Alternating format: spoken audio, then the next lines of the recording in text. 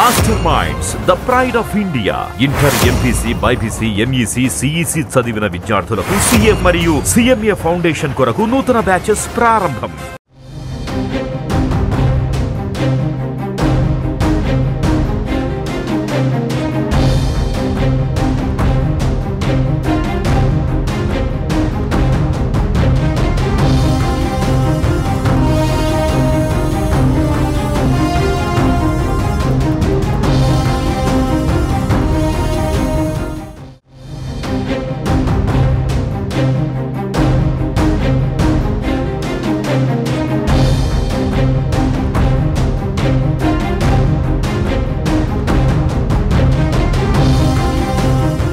YCP అధినేత మాజీ CM Jagan Palnadu జిల్లా వినుకొండకు బయలుదేరారు.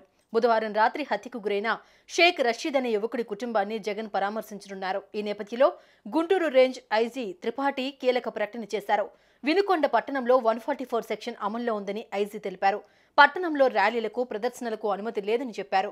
రషీద్ కుటుంబ సభ్యులను జగన్ పరామర్శించవచ్చని, కానీ జన సమీకరణతో ప్రదర్శనలు చేయరాదని స్పష్టం చేశారు. వినుకొండలో ప్రస్తుతం ప్రశాంతమైన పరిస్థితి ఉందని, అనవసరంగా ఎవరూ రోడ్లపైకొచ్చి శాంతి భద్రతలకు విఘాతం కలిగించొద్దని హెచ్చరించారు. మరోవైపు జగన్ పర్యటన నేపథ్యంలో వినుకొండలో భారీ భద్రతను ఏర్పాటు చేశారు. దాదాపు 400 మంది పోలీసులతో భద్రతను కట్టుదిట్టం చేశారు.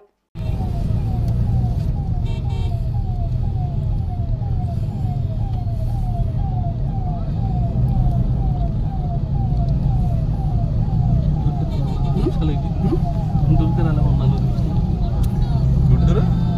కెనాల 40 నిమిషాలు అయింది. ఇంట్లో ఉండి పీకేదా ఉంది ఖాళీ కదా.